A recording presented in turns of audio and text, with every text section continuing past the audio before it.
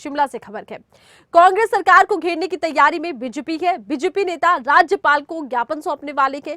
नेता प्रतिपक्ष जयराम ठाकुर मौजूद रहेंगे। बीजेपी प्रदेश अध्यक्ष राजीव बिंदल मौजूद रहेंगे और राज्यपाल को ये ज्ञापन सौंपा जाएगा। और देखिए, लगातार देखा यह जा रहा है, एक्शन मोड में विपक्ष आ गया है। कांग्रेस सरकार को घेरने की तैयारी में बीजेपी जुट गई है। बीजेपी नेता राज्यपाल को ज्ञापन सौंपने वाले हैं।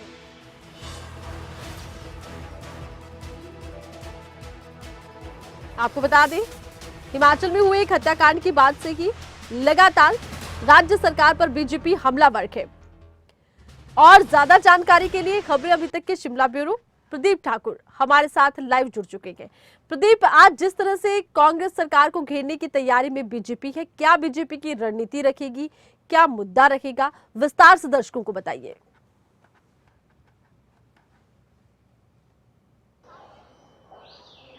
बिल्कुल आरती, देखिए, ये पहला मौका है जब सरकार के खिलाफ यहाँ पर जो प्रदेश की अर्थव्यवस्था है, उसके साथ साथ जो कानून व्यवस्था है, उसको लेकर राज्यपाल को बीजेपी ज्ञापन सौंपने वाली है। 11 बजे का समय निर्धारित किया गया है और उसमें भाजपा का जो प्रदेश नेतृत्व है वो मौजूद रहेगा। नेता प्रतिपक्ष जयराम ठाकुर इस पूरे जो राजभवन में आज ज्ञापन सौंपा जाना है उसको लीड करेंगे और इसमें राज्यपाल के समक्ष हिमाचल से जुड़े तमाम मुद्दे रखे जाएंगे और खास तौर पर जिसमें फोकस है वो है हिमाचल प्रदेश की अर्थव्यवस्था और उसके साथ साथ जो कानून व्यवस्था खराब है उसको लेकर ये अपनी बात यहाँ पर रखने की कोशिश करेंगे। हालांकि कुछ और मुद्दे भी प्रदेश से जुड़े होंगे, लेकिन दो ये प्रमुख मुद्दे होंगे और इसके साथ साथ राज्यपाल के समक्ष मांग की जाएगी कि आप सरकार को निर्देश करें कि प्रदेश की अर्थव्यवस्था को ठीक किया जाए, यहाँ की जो इकोनॉमी है उसको ठीक किया जाए और जो कानून व्यवस्था बिगड़ रही है लगातार, ये आरोप है बीजेपी का कि उसको भी ठीक किया जाना चाहिए। इनका आरोप है कि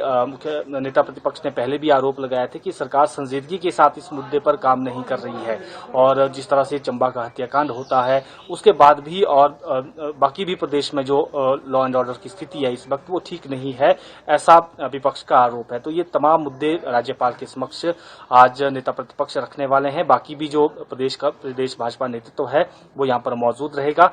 तो देखना है कि जब 11 बजे का समय जो बीजेपी को मिला है गवर्नर हाउस से और उसके बाद और क्या आरोप प्रदेश सरकार के ऊपर भाजपा लगाती है। जी अच्छा, देखिए, लगातार देखा ये जा रहा है कि बीजेपी कांग्रेस पर कुछ मुद्दों को लेकर हमलावर है। एक तो देखिए कर्ज का मुद्दा है। कर्ज के मुद्दे पर कांग्रेस का कहना यह है कि बीजेपी ने भी कर्ज लिया था और बीजेपी ने कर्ज की परंपरा को और ज्यादा मजबूती से आगे बढ़ाया। दूसरी तरफ कानून व्यवस्था को लेकर कहा यह जा रहा है कि हत्याकांड हुआ जरूर है, लेकिन बीजेपी इस मुद्दे को भुनाने का प्रयास कर रही है। इस पर बीजेपी का क्या टेक रहेगा?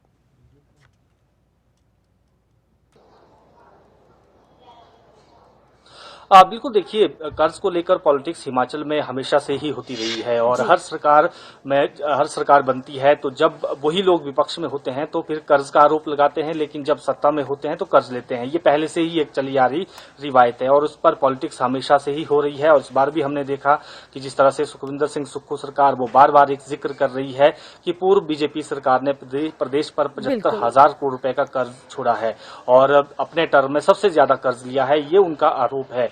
हालांकि बीजेपी का इसमें जोर कहना है, नेता प्रतिपक्ष ने भी इस पर अपनी बात कही है, भाजपा अध्यक्ष ने भी अपनी बात कही है कि जो कर्ज है वो पूर्व की कांग्रेस सरकारों से समय शुरू हुआ है।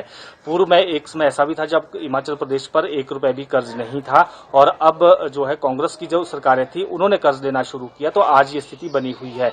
ये जो बीजेपी है, बीजेपी का आरोप इसमें ये लगातार है और इसके साथ साथ ये भी बीजेपी का कहना है कि अब कर्ज का रोना छोड़कर अब आगे बढ़ने का समय है और काम करके दिखाने का समय है। तो ये आरोप प्रत्यारोप का दौर है, ये हम कह सकते हैं कि चलता रहेगा। और लेकिन फिर भी जो प्रदेश की अर्थव्यवस्था है और जो प्रदेश को अब जो यहाँ की इकोनॉमी को पटरी पर लाना है उसको कैसे पटरी पर लाया जा सकता है, इसको लेकर काम करने की बेशक यहाँ पर जरूरत है, क्योंकि छोटा सा प्रदेश है, 75,000 करोड़ का कर्जा प्रदेश पर हो जाता है तो ये एक बहुत बड़ी बात प्रदेश पर है और 92,000 रुपए प्रति व्यक्ति कर्जा प्रदेश पर इस वक्त मुक्त है। तो कहीं ना कहीं एक बड़ा विषय बन गया है और उसके साथ साथ जो कानून व्यवस्था की बात है उसको लेकर भी जिस तरह से पूर्व में भी हमने देखा जब विपक्ष में कांग्रेस थी तो सत्ताधारी दल बीजेपी को तब इसी मुद्दे पर यानी जो कानून व्यवस्था के मुद्दे पर उस वक्त के नेता प्रतिपक्ष और वर्तमान में डिप्टी सीएम है मुकेश अग्निहोत्री वो लगातार घेरते थे और बाकी भी कांग्रेस के लीडर चाहे सुखविंदर सिंह सुक्खू थे बाकी लीडर थे ये कानून व्यवस्था को लेकर घेरते हैं। तो हिमाचल में ये एक मुद्दा हमेशा रहा है। पिछली बार भी हमने देखा गुड़िया कांड एक बड़ा कानून व्यवस्था से जुड़ा मुद्दा रहा है। इस बार ये चंबा हत्याकांड भी एक बड़ा मुद्दे के तौर पर सामने आया। इसके साथ साथ बाकी भी प्रदेश में ऐसी घटनाएं हुई हैं, रेप की घटनाएं बढ़ी हैं, हत्याओं की घटनाएं बढ़ी हैं। तो कहीं ना कहीं इसको भी जो शांत प्रदेश में ऐसी घटनाएं होती हैं तो विपक्ष इसको एक मुद्दे के तौर पर जरूर लेता है। तो अब देखना यह है कि जो आरोप प्रत्यारोप का ये दौर शुरू हुआ है क्या केवल आरोप प्रत्यारोप तक ही रहेगा या फिर इसका निराकरण होना चाहिए। जो भी ये परिस्थितियां बनी है चाहे यहाँ पर प्रदेश में हत्याएं, रेप, बलात्कार की घटनाएं बढ़ रही हैं और घटनाएं बढ़ रही है वो रुकनी चाहिए। इसके साथ साथ जो अर्थव्यवस्था प्रदेश की है वो ठीक होनी चाहिए। तो अब इस दिशा में भी राजनीतिक दलों को सोचना होगा और एक जो है सकारात्मक सोच के साथ इन मुद्दों पर काम करने की जरूरत है। जी बिल्कुल, चलिए आप हमारे साथ बने रहिएगा प्रदीप। एक और खबर पर आपसे राब्ता होगा तो विपक्ष सरकार को घेरने के लिए तैयार नजर आ रहा है।